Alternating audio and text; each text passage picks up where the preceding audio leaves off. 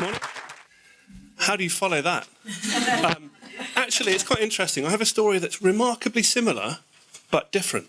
So I'm going to tell my story around Good for Nothing and how we've basically created a growing movement where we're allowed to put things like Death Star, and we've actually made a font that's got a Death Star in it as a legitimate part of our everyday work. Sarah asked me to do a talk about building creative communities in cities, and I guess that's kind of what we've stumbled into. And I'm just going to share that journey with you, and hopefully there'll be some things in it that you, particularly through Good for Nothing Nottingham, but also through this sort of gathering, you can start doing yourself. I think the first thing to say is if you can get a whole load of people in a room with a single purpose, good people in a room with a single purpose, you're most of the way there. So actually getting to this point is a huge step forward, and I'm very excited to see where it goes. I'll just start with a little introduction for me. I like doing experiments. I like pushing myself out there. My parents did too. That's me when I'm very young. I'm being used as lion bait in Amboseli National Park. I have my parents to thank a lot for this sort of pioneering way of being. Luckily, I survived and I'm here. I took another risk when I got married, and I took my wife up to the top of that mountain there on our honeymoon, which is not what most people do on a honeymoon, but we survived when we got there. So I like pushing myself out there. I like doing experiments. I like taking risks. Where did that leave me in a career? I spent 15 years asleep. I kind of call it the busyness of landfill creation. And yes, I was partly responsible for bringing the Olay body wash with a puff into the UK. And I actually developed these for Coca-Cola at some point, and these are drinks that have green tea extracts in that burn calories. And so I've done my fair share of what I call commercial creativity.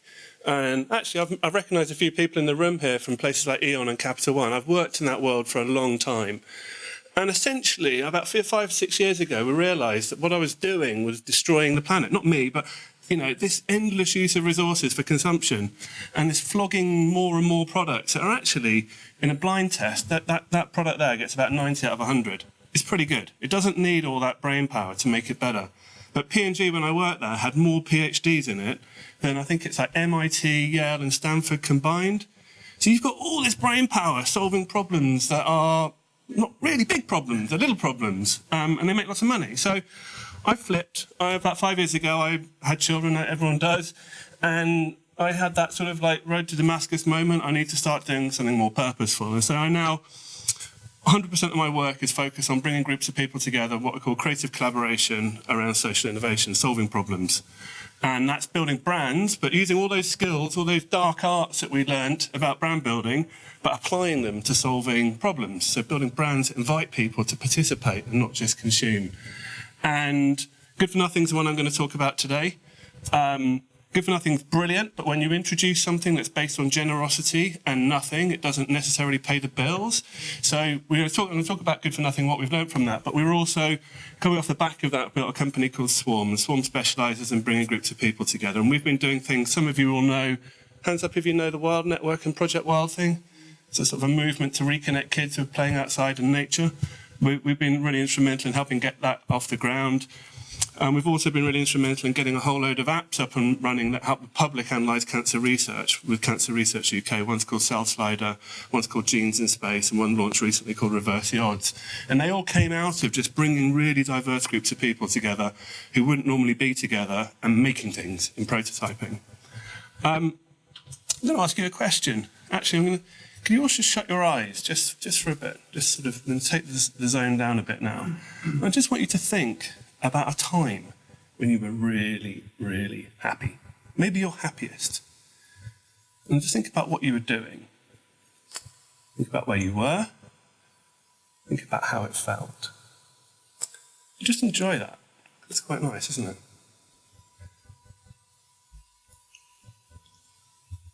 Okay, so that wasn't hypnotherapy, by the way. You can open your eyes. My wife used to work in the city. She's retrained as a clinical hypnotherapist, but that wasn't actually hypnotherapy. So let's have a think. What were you all doing? Was anyone shopping? No. Was anyone in the car? Was anyone on their smartphone? No. Was anyone outside? Huh. That's interesting. Always happens. Was anyone helping someone else? A little bit. Is anyone in bed? You can be honest.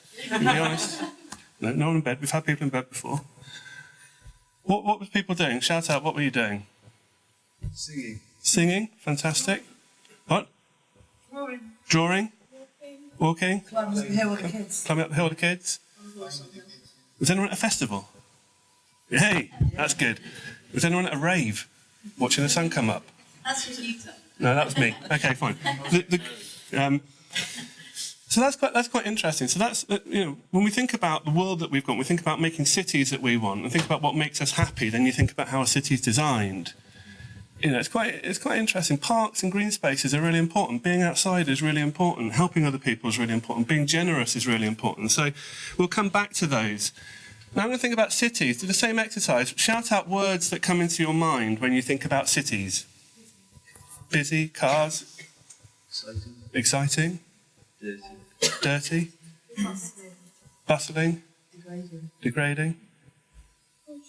Cultural. Threatening. Big buildings. Okay, cool. So we've got some positives and some negatives in there. I've asked this question a few times when I think about cities, and the thing is, we're all moving to cities, right? The world's urbanising. Cities need to be sustainable. We know all that. Here's one thing that cities are built around: shopping. Not one of you put your hand up and said shopping is a thing that you're really happy doing. And the high street's dying. I love the story about this place, how these dead spaces have been turned into living spaces, non-commercial, but not massively commercial, but living spaces where people can do things. I think this one, I picked out some things from Nottingham. Has Nottingham got bad traffic? Everyone's got bad traffic. None of you were in cars, so that's a good sign. Someone said dirty, pollution. We've built cities with sort of maybe the wrong things in mind. And I guess when we're thinking about changing cities, we want to be starting to think about how we start solving some of these problems. And the list goes on, actually. I got a bit depressed at this point. I sort of went blah, blah, blah, blah, blah, blah, blah, blah. Because actually there's loads that is wrong with cities. And it's really easy to get down on cities. I mean, it's really easy. And how many people here live in a city? How many people live out of a city? Interesting, more out than in. How many people work in the city? How many people work from home a lot? That's interesting.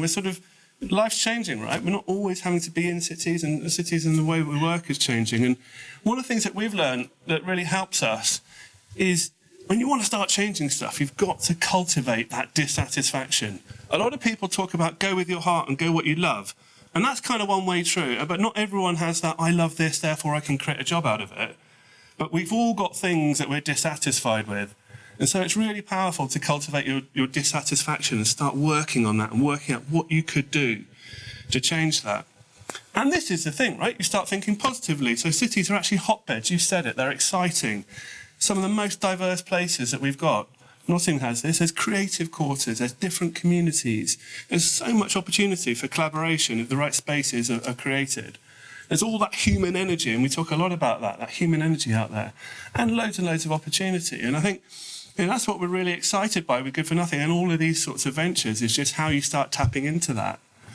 I did some research about what makes a city innovative. These people have done the hard work for us. So apparently 3 things make a city innovative. One is its cultural assets, so it's art, it's creativity, it's sports, all of that side. The second is its human infrastructure, the people, the skills, the competencies, the things that you've got, right? All of you lot would be that today. And then the third is the degree to which it's networked, an ability to sort of network into and learn from other cities. And I think that's quite useful because that human infrastructure bit is, I think, what we're talking about today, is building some of that human infrastructure. I did another check and I was like, this is interesting. Where are companies on innovation right now? If cities are innovative, where are companies? Who's heard of Zappos? Tony Shea?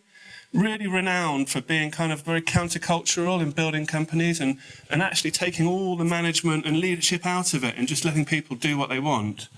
And he's looking to cities as his model for innovation now. He's saying, how do we make, I think Jenny from Nixon McKinley is going to talk about changing way of work, but how do we start making companies, how do we start making cities like as innovative as companies? How do we start making companies as innovative as cities? And when a company doubles in size, its productivity goes down because you introduce all these layers. But a city continues to be innovative. So I think there's something that we can maybe learn in there about, how we could build cities with all the diversity that's there. The other thing that people talk about with cities is smart cities, which I quite like because it means that all our cities are currently dumb cities. But smart cities are definitely a part of the future. They're about smart energy and mobility and communications, and are essentially about enabling technology. And I think that's a massive part of how you make a city. But the thing about all that, when I was looking at it, it just reminded me again and again that cities are really just about people and communities. And that's what makes a city change, and that's how it works. And I guess that's our story into this world. We just happen to be in London, working in commercial creativity, and our dissatisfaction was just around all the stuff that we could see in front of us, all that wasted potential and human talent. And that's where Good for Nothing came from. Our dissatisfaction was, there we are, it's a Death Star again. The core idea that we're all working towards is to consume our way to happiness while trashing the planet. And we're getting really hacked off with that. And we call breaking this, blowing up the Death Star. That's Good for Nothing terms for changing the system. And we do it because we like Star Wars, and not everyone likes Star Wars. We like Star Wars, and that's fine. You don't have to like Star Wars to do Good for Nothing, but it helps. But that was sort of the big idea. And a friend, someone will know this guy here. There's a guy here called Justin Bassina who used to work in Nottingham in Capital One. He was actually part of the inspiration for this. He went and did a talk at this advertising thing in London called Battle of the Big Thinking, where people spar intellectually over advertising ideas to get people to sell more. And he actually took a really interesting idea into that. He challenged that conference to think differently about how marketing could be a force for good. And he lost because, hey, it's advertising. But the thing that was interesting that we got online and we said, right, we challenged the people who set that conference up. Next year, we'll take all that brain power and all that energy and we'll turn it into something useful. We reckon it was about £150,000 worth of time if all those companies let those people sell their time for that day. It's a huge amount of resource in that. They didn't do anything, so we did it ourselves, and we called it Good for Nothing. We started with a bunch of questions, really simple questions. One was, imagine if we were participating in the world around us, fixing, solving, making, sharing, contributing, and doing it all with a smile. This is a Good for Nothing that led to the start of Project Wild Thing, and it looks more like a party than it does work, and that's half the point. We had another question, which was like, why are so many talented people in the creative industries, but more generally, spending so much time and energy on these really long processes that take forever, like project plans that look like 6 months? And we were like, what could you do in 2 days? What could you do in 2 hours? I think you guys are trying it this afternoon in 2 hours, so that'll be interesting. I don't think we've ever had a 2-hour one. It could be utter chaos, and prepare yourselves for that, but it'll be fun. I can guarantee that. We were also looking at where the innovation was, and Pam's example is awesome because it's at the grassroots. All the interesting stuff, the really innovative stuff, is at the grassroots. And actually the pace and the depth of that innovation is much greater than is coming out of big organisations quite often. And that's quite interesting. We were like, well, how do we take all that skill and that energy that's working on stuff that, you know, people would love to be doing working on this, point it at these and give these people resources? Advertising, business, marketing, design, technology, architecture, education, you name it. We've had all those people come and they work together in ways they've never worked together before to help people like Pam and Martha. So this is it. This was the first gig. Those are all the people. They all look a bit bored, actually, but honestly, it was good. It was really good. And we put them together and we just put 3 social entrepreneurs, social businesses that had a really big challenge. We got it out on Twitter. We managed to blag Crisps, Innocent Smoothies, Adnams Beer, Sancho Panza came and put their sound system in, who do Notting Hill Carnival. Anyone gone to Notting Hill Carnival? There's a festival thing going on here. They have that really rocking sound system. So they came and just pumped the tunes in, which was quite good because we were into that. And we gave them 24 hours, 3 challenges, help these people on a project they've got, and it absolutely blew it out of the water. It was amazing. We were all blown away by how much stuff got done. Websites got built, business plans got developed, funding pitches got written, new designs got created. You name it, it happened. And then we kind of asked everyone, should we do it again? And they said yes, and they said do it for longer. So we did the next one for 2 days, and we just kept going, really. And that was just from cultivating that one dissatisfaction. So if I look at where we are now, Good for Nothing's sort of this growing community that's all about sort of accelerating grassroots innovation. And we kind of call it a rebellion of the heart, and I'll talk a bit more about that shortly. But it's these numbers change it's a passion-driven thing. But currently we've helped about 60 different causes. There are about 3,000 people who've signed up. About 1,000 of them have actually done something. So we've got a job to do to get more people doing more often. There's 39 chapters there aren't. There's less than that. but it looks good on the website. And there's loads and loads of gigs happening. So what we call what Good for Nothing revolves around what we call a gig. It's an event. It's something like today where people do things. You're going to do a 2-hour version of it. And I'll just show you a short film just so you get a flavour of what it's like at one of these things.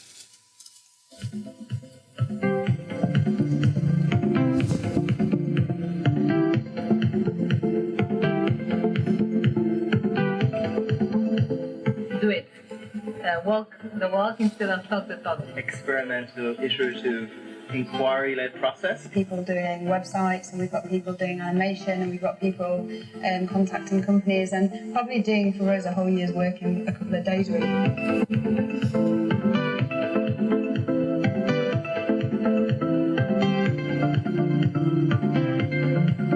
I love it. Not only because of meeting new people with the same interests as I have. Transition into a different kind of job and life that you want. I got a huge amount out of it personally. It feels better than pretty much anything else. It's kind of, this is what work should be like.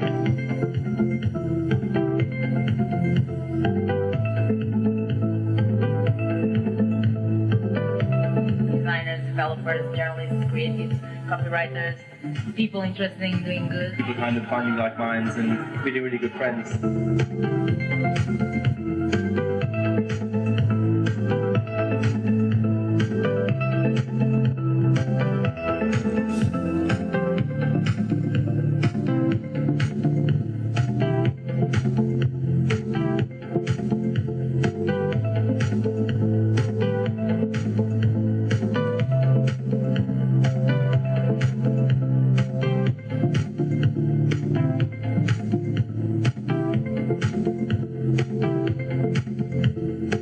Everyone did about 6 months of work. It's lighting a lot of sparks in my head about our potential. We've made some, I think, major discoveries today.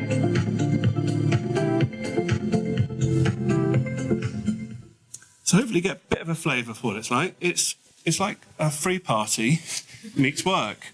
And that's kind of the vibe, right? It's your weekend. You're doing it on your own time. So it shouldn't feel like work. It should feel like fun. And you know, it's kind of founded on a few things. We made these up 5 minutes before the first gig, and now we've got them looking nice and pretty. These were written on Post-its. First practice we have is collaborate and experiment, so try things you wouldn't normally do.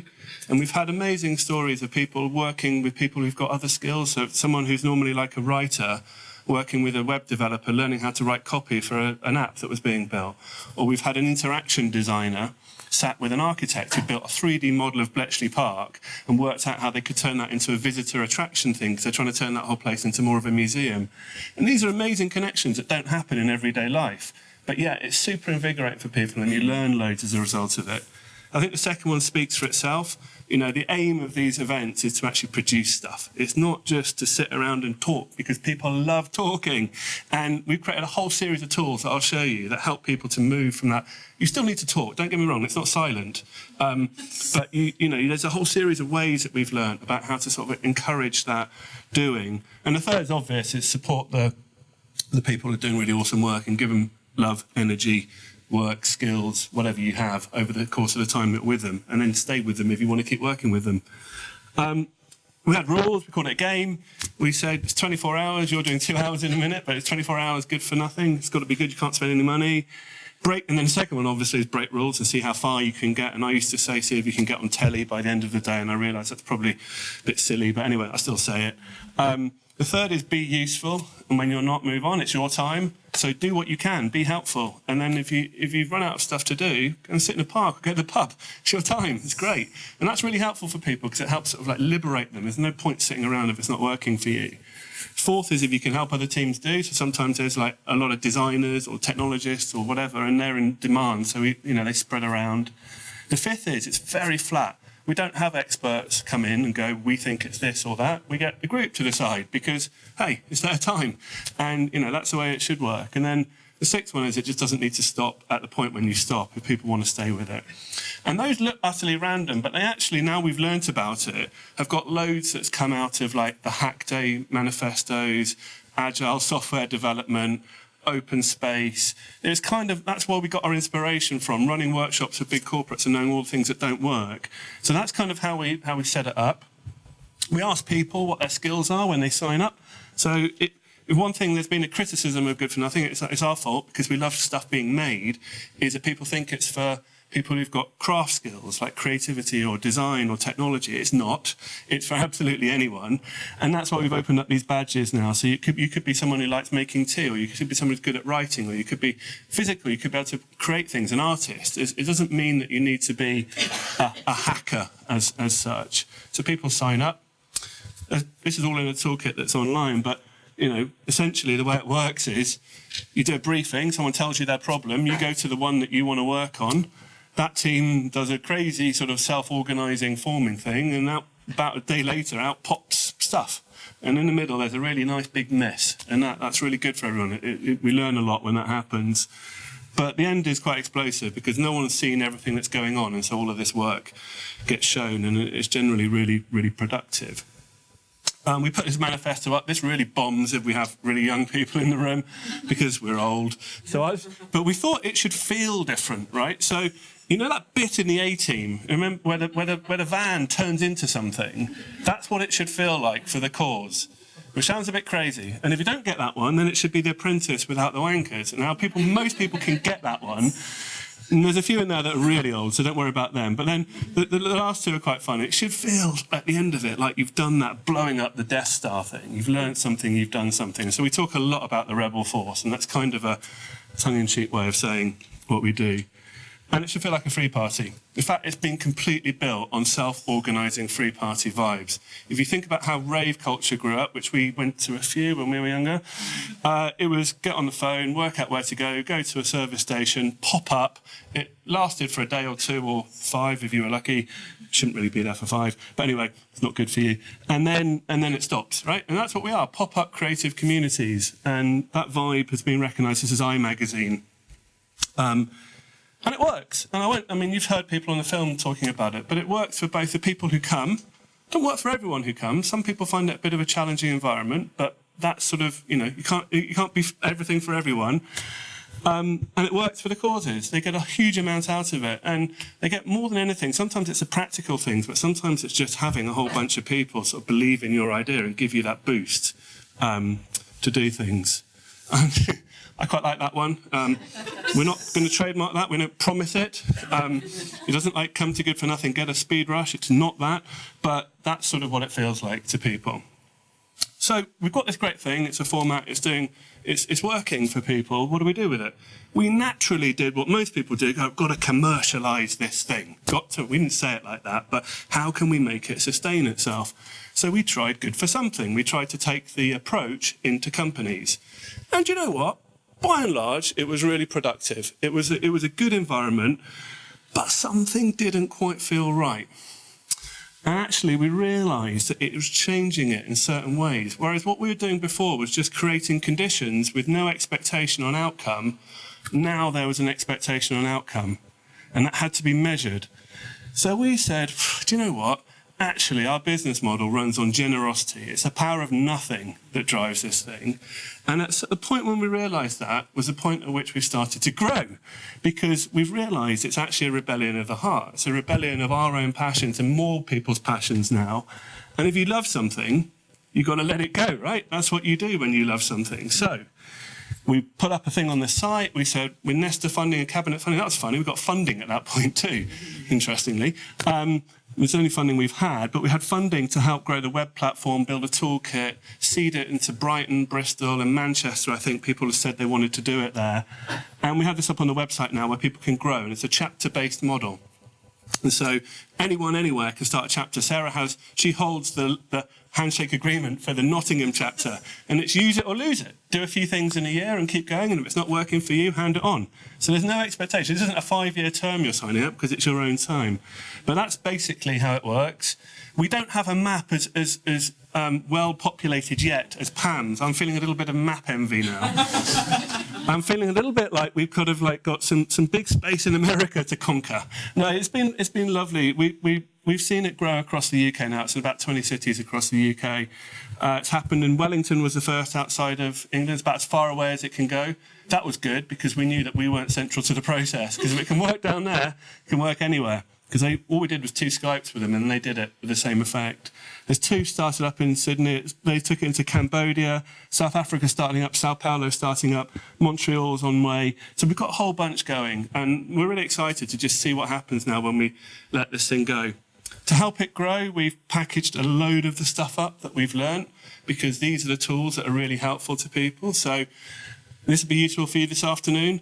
Don't try and do things in a big group. Divide and conquer. Split up into little small teams. Splinter cells. That's why Al-Qaeda works. It's in splinter cells. Work like that. Don't do what they do, but work like that. But then come back together and talk to each other. Share what you're doing. Bring stuff to life. So don't just talk, draw. This is what these guys are awesome at. Scribera have been at our very first Good for Nothing, and they've been there pretty much the whole way through, because what they do, visual prototyping, it's so powerful. What are you talking about? I can show you. I get it. Don't try and be the person who comes up with the big idea and drive it through everything, because most people will ignore you. And when you have a vote with your feet rule, you'll be sat on your own. Actually, big ideas aren't the way forward. Big ideas come when lots of little small ideas come together and they grow like that. So that's a really interesting thing. You're not taught that in the world of design and advertising and creative. You're taught to come up with big ideas and then trickle them down. And the 5th one's be really human. Sometimes you get out of bed and it's not your day. Sometimes your ideas suck. You might think they're great, but they suck. Just go with the flow. If it's not happening for you, move on. And I think that's really, no one tells you that at work. You're expected to perform like that. And actually that one's really important. We were also getting more and more epic. So we were going 1 day, 2 days. And they're like 1 week. I think we did a week. And then we did a whole term with the university. But actually meetups and socials are really important in the toolkit. This is awesome. Don't sit in the pub and be bored stupid by your mates with their problems. Solve a problem. Good for nothing in a pub. That's a new product. We invented that once we realised that short bursts were much better. And guess what? You can drink beer. It's awesome. And then we created little tools for people to start getting the word about the bird. This is where Sarah came. We ran what we call Camp Nothing. It's deliberately meant to sound like that. It was a terrorist training camp, but for good. And we invited people to apply to take chapters across the UK. And then we actually ran a camp. And Sarah came to this, and we got people learning by doing. So they did Good for Nothing on our own problems and our challenges and with another venture. This is the merry lot. They survived. It was good. We told them it's not a cult, and it isn't a cult, but it's quite close. And we really, what happened after that has been fascinating, and that's kind of where our story stops now. So people have started to mod it because it's got to work for your city, right? So you're in Nottingham, you've worked with Martha, you've worked with a couple of other ventures here. What are the Pulp Friction? There's other ones that you can work with. You've got to start making it local. So here's a little game. This is your one, obviously. This is Robin Hood. You've got the bird started to be mashed up. So anyone guess where this is? No. This is Camden. Actually, hold Brighton. That's a flat cap. Leeds, yeah. That one, that's Brighton. Right. That's Brighton, yeah, that's Brighton. That one, exactly. That one, Edinburgh, yeah, that's Edinburgh. Not to be confused with Glasgow. That one, it's Cardiff. I like this one, this is cool. That's Rotterdam, actually, but it's clogs. It's infinitely hackable, the logo, which is awesome, and means that people are starting to make it their own. I love this. That was Perth and Sydney. And they've subsequently got, one's got a little koala in its pocket, and another one's got like a hat with the corks on it. It's not stereotypical at all. So that's why we are with Good for Nothing. We're just letting it go and seeing what happens. What we've learnt from that is really simple, and this is maybe helpful for today. Create a space with diverse people and a purpose. You got that? Invite people who don't normally hang out together. Cancer scientist plus developer. Interaction designer plus teacher. These are really random combinations. It's almost like a game. You want a game where it's like random roulette and see what happens when people start working together. Chuck in a demanding challenge with a big deadline on it. Go for self-organisation over control. We never facilitated a single Good for Nothing. We've just got out the way. And I think there's a lot you can learn about that, even though it was against our natural instincts to want to do that. Encourage people to do what they want and what they're good at. Turn the tunes on, keep those tunes pumping. Get everything else out the way, and then watch what happens when a creative community forms.